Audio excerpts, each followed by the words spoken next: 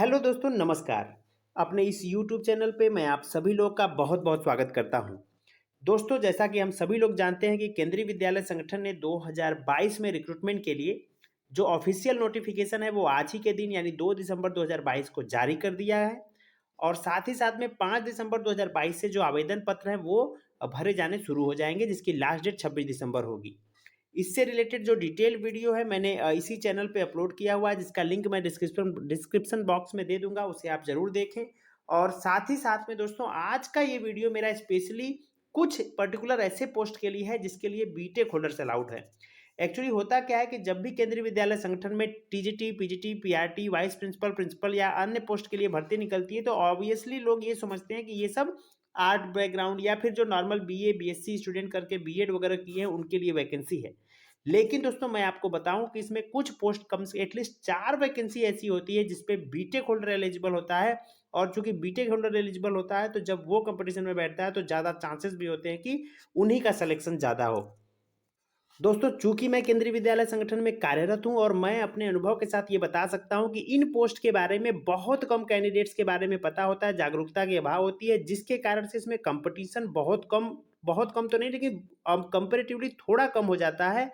और साथ ही साथ में मैं ये भी बताऊं कि ये जो कैरियर अपॉर्चुनिटी है वो ऐसा खराब सा भी नहीं है कि नहीं किसी कोने में फेंक दिया। एक अच्छे खासे पैकेज के साथ, अच्छे खासे लेवल पे, अच्छे खासे पोस्ट को आप पा सकते हो। बीटेक होल्डर होने के बावजूद आप केंद्रीय विद्यालय संगठन में एज ए टीचर ज्वाइन कर सकते हो। तो आज के इस वीडियो में हम उन्हीं 4 पोस्ट को देखेंगे कि कौन कौन से पोस्ट हैं जिन पे कि बीटेक होल्डर्स अलाउड होता है। तो चलिए दोस्तों, बिना देरी किए हुए इस वीडियो की शुरुआत करते हैं।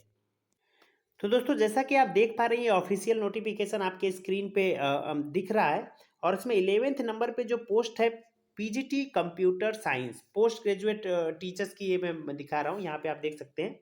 पोस्ट ग्रेजुएट टीचर्स पीजीटी की भर्ती है, उसमें 11th नंबर पे है कंप्यूटर साइंस। कंप्यूटर साइंस की अच्छा आप भर्ती देखिए कितनी वैकेंसीज आई हुई हैं। तो आप कंप्यूटर साइंस में देख पा रहे हैं 142 टोटल वैकेंसी है, जो मामूली नहीं है। 142 सीट्स हैं। और पिछली बार जब ये 2009 में वैकेंसी इसकी आई थी तो मैं आपको बता रहा हूँ कि केवल 46 आई थी, और इस बार 142 है, जो अपने आप में बहुत ज़्यादा है। और इसकी एलिजिबिलिटी देखते हैं कि इस पोस्ट के लिए बीटेक होल्डर्स अलाउड है। और बीटेक ऑब्वियस सी बात है कि कंप्यूटर साइंस तो अलाउड है ही, साथ में दूसरे बीटेक होल्डर्स भी अलाउड है। तो हम उसकी एलिजिबिलिटी को जाके चेक करेंगे। तो यहाँ पे दोस्तों हम आ गए पीजीटी कंप्यूटर साइंस की एलिजिबिलिटी सेक्शन में। आप सबसे पहले देख सकते हैं at least 50% marks in aggregate in any of the following. पहला क्या है? बीई बीटेक, बीई और बीटेक कंप्यूटर साइंस या आईटी। कंप्यूटर साइंस या आईटी से अगर आपने बीई या बीटेक किया है फ्रॉम अ रिकॉग्नाइज्ड यूनिवर्सिटी और इक्विवेलेंट डिग्री और diploma from an institute university recognised by government of India. तो सबसे पहले तो आपका बीटेक जो है कंप्यूटर साइंस या इंफॉर्मेशन टेक्नोलॉजी आईटी में हुआ है तो आप एलिजिबल हैं इस पोस्ट के लिए। दूसरा, आप यहाँ पे देख सकते हैं बीई और बीटेक एनी स्ट्रीम, किसी भी स्ट्रीम में अगर आपका बीई या बीटेक है, एंड साथ ही साथ में उसमें एक होना चाहिए post graduation diploma in computer. तो अगर पीजीडीसीए की डिग्री भी है आपका तो फिर आप उसी पोस्ट के लिए एलिजिबल है। तो हो सकता है कि इलेक्ट्रॉनिक्स या इलेक्ट्रिकल से करने वाले बाद में पीजीडीसीए न की हो तो वो एलिजिबल नहीं होंगे। लेकिन अगर आपका बीटेक इंफॉर्मेशन टेक्नोलॉजी या और कंप्यूटर साइंस में है तो आप इस पोस्ट के लिए एलिजिबल हैं, जिसमें मैंने आपको दिखाया कि 146 के आसपास वैकेंसी, 142 वैकेंसीज हैं। आप ये देख सकते हैं 142 वैकेंसी, जो अपने आप में काफ़ी ज़्यादा है। तो पहली पोस्ट तो हो गई पीजीटी कंप्यूटर साइंस। और पीजीटी कंप्यूटर साइंस का पे लेवल मैं आपको बताऊं तो लेवल 8 में आता है। पीजीटी जो होते हैं वो लेवल 8 में आते हैं। और इनका बेसिक पे जो है 4800 है, 4800 का बेसिक पे है। जो सैलरी के बारे में हम डिस्कस इसी चैनल पे बाद में कर लेंगे। अच्छी खासी सैलरी केंद्रीय विद्यालय संगठन में मिलती है, पूरा सेंट्रल गवर्नमेंट का जो अलाउंस वगैरह है सब कुछ मिलता है। तो एक हैंडसम सैलरी आपको मिलती है 4800 ग्रेड पे लेवल 8 पे।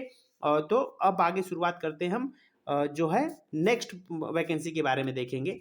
दूसरी वैकेंसी है दोस्तों टीजीटी डब्ल्यूई। ये टीजीटी ट्रेन ग्रेजुएट टीचर के अंतर्गत आता है। इसमें अगर आप देखें 9th नंबर पे टीजीटी डब्ल्यूई की पोस्ट है। टीजीटी डब्ल्यूई की पोस्ट, जिसके बारे में तो मैं पक्का कह सकता हूं कि बहुत कम अवेयरनेस होती है। इस बार 339 टोटल वैकेंसी है। 140 जनरल में, 91 ओबीसी, 50 जो है एससी एसटी में, 25 33 ईडब्ल्यूएस, टोटल मिला के 339 340 के आसपास वैकेंसी है। जो पिछली बार, मैं दोस्तों अगर आपको बताऊं कि पिछली बार जब यही रिक्रूटमेंट 2022 2019 में 18 में आया था तो उस समय जो वैकेंसी थी वो लगभग 100-110 के आसपास थी, और अभी जो वैकेंसीज है वो टोटल 339 है। और इसके लिए भी जो पर्सन एलिजिबल होता है वो बीटेक होल्डर, सॉरी, हाँ, इसके लिए भी जो एलिजिबिलिटी है उसमें जो बीटेक कैंडिडेट होता है वो एलिजिबल होता है। और हाल फिलहाल के मैं आपको बता दूं कि पिछले 10 सालों से जो रिक्रूटमेंट चल रहा है उसमें जो मैक्सिमम इस पोस्ट पे बैठने वाले कैंडिडेट हैं वो बीटेक होल्डर्स ही हैं। तो आइए हम इसकी भी एलिजिबिलिटी को देखें। जी, अभी हम स्क्रीन पे देख पा रहे हैं टीजीटी डब्ल्यूई के लिए जो एलिजिबिलिटी क्राइटेरिया है वो, उसमें इसेंशियल क्या है, इलेक्ट्रिकल गैजेट्स एंड इलेक्ट्रॉनिक्स के लिए 3 year diploma after higher secondary, intermediate के बाद 3 साल का डिप्लोमा होना चाहिए। यहाँ पे एक कंडीशन हो जाता है कि अगर कुछ लोग 10th के बाद डिप्लोमा या पॉलिटेक्निक करते हैं, तो 10th के बाद अगर आप पॉलिटेक्निक है तो आप इस पोस्ट के लिए एलिजिबल नहीं है। आपका हायर सेकेंडरी यानी 12th के बाद अगर डिप्लोमा किए हैं 3 साल का तो आप एलिजिबल हैं। वो डिप्लोमा होना चाहिए इलेक्ट्रिकल या electronics engineering from an institute organise, ऐसा हो गया। उसके इसके साथ ही साथ में डिग्री इन इलेक्ट्रिकल या electronics engineering from recognised university. तो यहाँ बीटेक वाले इस केस में आ जाते हैं कि अगर आपने डिग्री या डिप्लोमा यानी डिप्लोमा किया हो तो 12th प्लस डिप्लोमा होना चाहिए। अदरवाइज आपके पास डिग्री यानी बीटेक की डिग्री है, बीटेक किए हुए आप, ग्रेजुएट इन इलेक्ट्रिकल और electronics engineering from recognised university, तो आप टीजीटी डब्ल्यूई के लिए भी एलिजिबल हो जाते हैं। और टीजीटी डब्ल्यूई की जो पोस्ट होती है वो दोस्तों होती है, मैं आपको बताऊं कि लेवल 7 की होती है, टीजीटी होते हैं ये। और इनका जो ग्रेड पे की बात करें तो 4600 होती है, और बेसिक जो होता है 44,900 रुपये से शुरुआत होती है इनकी सैलरी, जो इनिशियल बेसिक होता है वो। तो दोस्तों ये हुआ 2 पोस्ट के बारे में, पहला पीजीटी कंप्यूटर साइंस, दूसरा हो गया हमारे पास टीजीटी डब्ल्यूई। और टीजीटी डब्ल्यूई की वैकेंसी मैंने आपको बताया कि 339 वैकेंसी है इलेक्ट्रॉनिक्स एंड कम्युनिकेशन में। आप कल्पना करिए कि कितनी ज़्यादा वैकेंसी है, कितना अच्छा गोल्डन अपॉर्चुनिटी है बीटेक होल्डर्स के लिए। तो आप ज़रूर अच्छे से तैयारी करिए, सीरियस होकर तैयारी करिए, और अच्छी पोस्ट है ये, अच्छा खासा सैलरी भी मिलता है, सुविधाएं भी केंद्रीय विद्यालय संगठन की अच्छी होती हैं। नेक्स्ट पोस्ट की बात करेंगे दोस्तों, तो हमारे पास तीसरे नंबर पे असिस्टेंट इंजीनियर सिविल। यहाँ पे असिस्टेंट इंजीनियर सिविल है, कभी कभी स्टेट असिस्टेंट इंजीनियर इलेक्ट्रिकल भी निकलता है, लेकिन इस बार सिविल इंजीनियर की भर्ती निकली और ज़्यादा इसमें नहीं है, 2 ही पोस्ट है। और उसमें के लिए भी एलिजिबल आप देखिए, graduate in civil engineering from recognised university, 2 year experience. और अगर आप बीटेक सिविल इंजीनियरिंग में है उसके बाद तो आपको 2 साल का एक्सपीरियंस चाहिए। अगर आप डिप्लोमा है 3 ईयर वाले में तो आपको 5 साल का एक्सपीरियंस चाहिए। ये दोनों लोग एलिजिबल होते हैं। इनका भी पे लेवल होता है 7, और 44,900 से जिनका जो बेसिक होता है शुरुआत होता है। तो इनका मैक्सिमम एज 35 साल एज लिमिट दिया गया है। तो दोस्तों ये हुआ तीसरा पोस्ट असिस्टेंट इंजीनियर सिविल की, जो कि एक अच्छी रेपुटेड पोस्ट है केंद्रीय विद्यालय संगठन में। और अब हम चौथा, जो कि बहुत ही पॉपुलर पोस्ट है, उसके बारे में बात करेंगे। और उसके बारे में हम बताएंगे आपको, ऐसे ही बता देते हैं कि चौथे नंबर पे जो पोस्ट होती है वो होती है पीआरटी की, प्राइमरी टीचर की। प्राइमरी टीचर में एक्चुअली बीटेक करने के बाद बहुत सारे कैंडिडेट ऐसे हैं जो बीएड की लाइन में जाते हैं, बीटीसी की लाइन में जाते हैं, डीएड की लाइन में जाते हैं। अगर उन्होंने एलिमेंट्री एजुकेशन में डिप्लोमा वगैरह किया हुआ है, बैचलर्स की डिग्री प्राप्त की हुई एलिमेंट्री एजुकेशन में, तो बीटेक होल्डर जब भी पीआरटी के एग्जाम में बैठते हैं, जो कि 6,000 से ज़्यादा वैकेंसी आई हुई है, तो मैं बता रहा हूँ कि मैक्सिमम बीटेक होल्डर्स जो है इस जॉब को पाते हैं। तो अगर आप भी बीटेक किए हुए हैं और केंद्रीय विद्यालय संगठन में भर्ती आई है, इससे आपका कोई लेना देना नहीं है, लग रहा है कि ये हमारे लिए नहीं है, तो बिल्कुल आप गलत हैं।